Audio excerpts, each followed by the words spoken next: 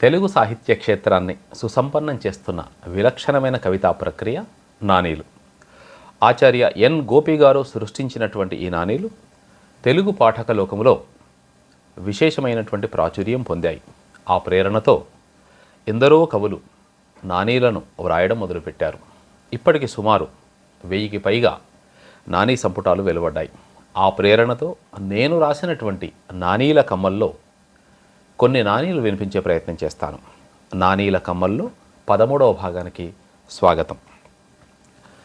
నాయకుల కన్నా వినాయకులే నయం, ఏడాది కోసారైనా ఇంటికొస్తారు. నాయకుల కన్నా వినాయకులే నయం, ఏడాది కోసారైనా ఇంటికొస్తారు. ఆశలపై డిఏపి చల్లితే ఓట్లు పూస్తాయి, సీట్లు కాస్తాయి. ఆశలపై డిఏపి చల్లితే ఓట్లు పూస్తాయి, సీట్లు కాస్తాయి.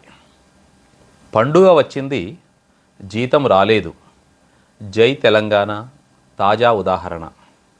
పండుగ వచ్చింది, జీతం రాలేదు, జై తెలంగాణ తాజా ఉదాహరణ. బూతులు మరిచిపోతానేమోననే బెంగ లేదు, బూతులు మరిచిపోతానేమోననే బెంగ లేదు, వార్తా ఛానళ్ళు ఉన్నాయిగా. ప్రమాణ స్వీకారములో నామినేటెడ్ పోస్టులు, అనంతరం డామినేటెడ్ పోస్టులు.